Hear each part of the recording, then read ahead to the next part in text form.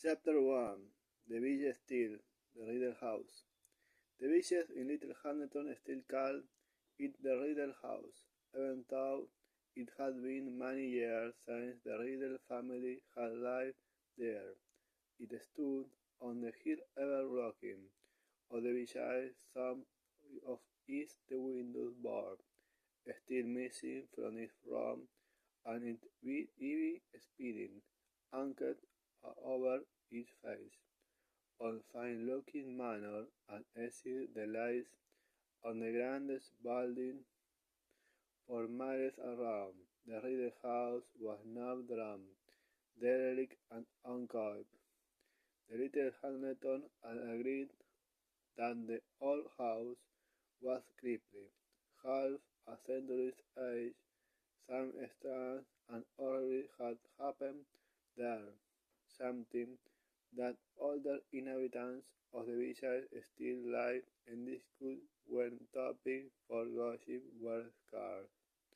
The story had been picked over so many times, and had been embodied in so many places, that nobody was quite sure that the truth was anymore.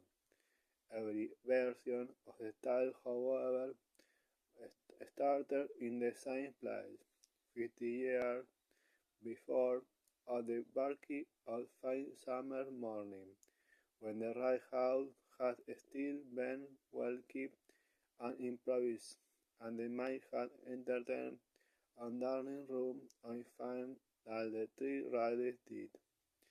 The maid had ran screaming down the hill into the village. On the road so many people as they could, lying there with their eyes wide open, cool as ice, still in their dinner things. The police, their somewhat, and the whole of Latin Hamilton had seized of the shocked curiosity and indiscreet excitement. Nobody wasted their breath pretending to feel very sad about the readers, for they had been most unpopular. Already Mr. and Mr. Reed had been rich, snobbish and rude, and their grown-up son, Tom, had been ever man so.